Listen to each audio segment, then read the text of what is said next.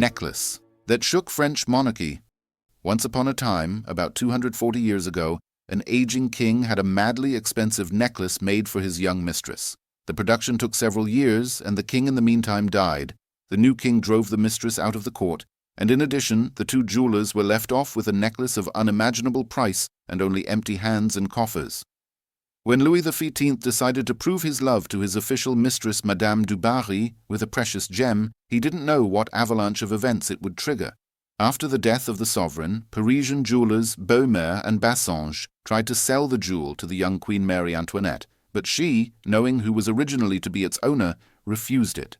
The unfortunate jewelers, who were indebted to make the jewel themselves, tried to sell it in all European courts, but unsuccessfully. After the birth of the successor to the throne in 1781, they turned to the Queen again. Happy Father Louis XVI offered to buy her these jewels, but it's said that Maria Antoinette refused, saying, "At this price, let's build a warship that will serve the king and the state." Few people expected this kind of response. Cheater and naive cardinal, suddenly Jeanne de la Motte appeared on the scene. The master of intrigue and manipulator who plotted the so-called necklace affair came from a very poor noble family, supposedly so poor that her mother forced her to go begging during her childhood. Even though her ancestor was an illegitimate son of the French King Henry II, he was never officially recognized as his son. Jeanne de la Motte, however, would proudly add to her name de Valois, which is a branch of the Capetian royal dynasty having ruled in France before the Bourbons. Jeanne, as a true myth-maker, told anyone who'd listened to her that she was one of the Queen's closest friends, and even spoke of her as her intimate acquaintance and her cousin. The ambitious fraudster easily got into the lobbies of Versailles Chateau, which wasn't a problem for a pretty, well-dressed and sufficiently confident woman in the 18th century. When she met Beart and Bassange in December 1784, who begged her to convince her royal girlfriend to buy a necklace from them, she conjured a mad idea in her head, to which she also dragged her unsuspecting lover.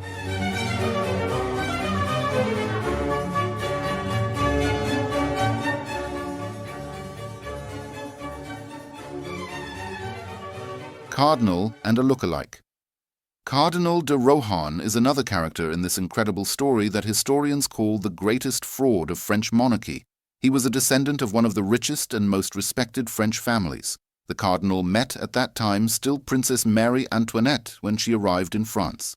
It was he who was officially entrusted with welcoming her at the border when the young Austrian archduchess moved to her new homeland. Rohan later became the ambassador of the French king at the Vienna court, where his desire for luxuries, switching lovers, and frivolous life did not please the Empress Maria Theresa. This feeling was compounded by the fact that Rohan revealed an upcoming plot when Austria, Russia, and Prussia wanted to split Poland, and informed his foreign minister. The letter, which represents the Austrian Empress as a cartoon, holding a handkerchief in one hand, wiping away tears, and in the other sword cutting her part of Poland, fell into the hands of the then king's mistress, Madame du Barry. She read it out loud and with mockery at one of the official dinners in Versailles. Maria Antoinette, who heard of the mockery of her mother, had never forgiven Rohan, and hated him from the core of her heart. The ambitious cardinal thus lost not only the chance to become the first minister, which was a post very close to his position, family, and functions, but also to win favor of the Queen, with whom he fell desperately in love, according to contemporary gossip. This situation suited his lover, Jeanne de la Motte. She offered to the cardinal to help him get out of the Queen's disgrace and hand over his letter. The completely innocent Keane was worst off in the whole affair. After a series of fake love letters written to the cardinal by Janine's next lover, Rétaux de Villette, rather than by the ruler herself, she even organized a meeting between Rohan and the Queen. How could this 50-year-old clergyman and diplomat be fooled so easily? The shameful master of intrigue had found and paid for a look-alike.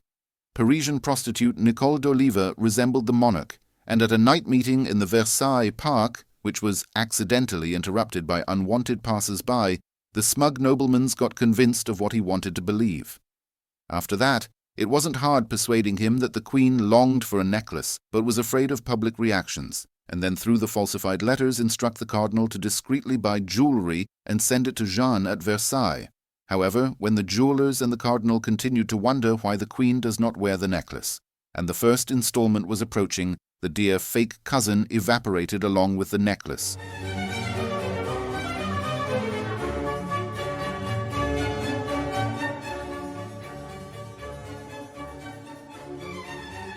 arrest the cardinal, was announced on 15th August 1785 in the Mirror Hall in Versailles.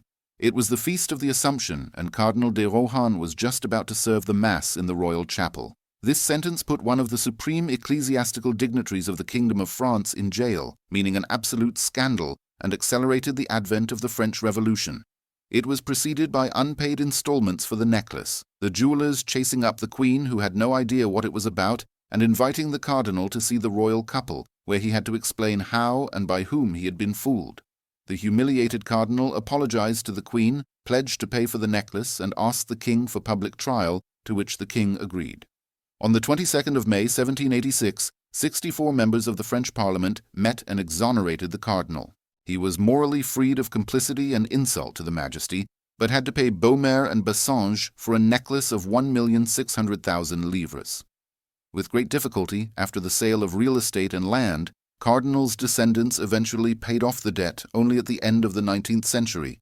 Jeanne de la Motte de Valois, who had been seized by the police but without the jewel, was sentenced to public flogging and branding her with V standing for a volus thief and life imprisonment. She managed to escape from prison to London, where she wrote her memoirs, Mémoires de la Comtesse de Valois de la Motte. The completely innocent queen was worst off in the whole affair. The liberation of Cardinal de Rohan by the French Parliament meant for the unfortunate, already hated queen further humiliation. There were pamphlets throughout Paris describing how the Austrian lady sold out to the cardinal for diamonds. Even during the trial condemning the Queen of France to death by guillotine, they were throwing these false accusations of the necklace back in her face. As the prominent French politician Honoré Mirabeau said, "The trial of the Queen's necklace was a prelude to the French Revolution."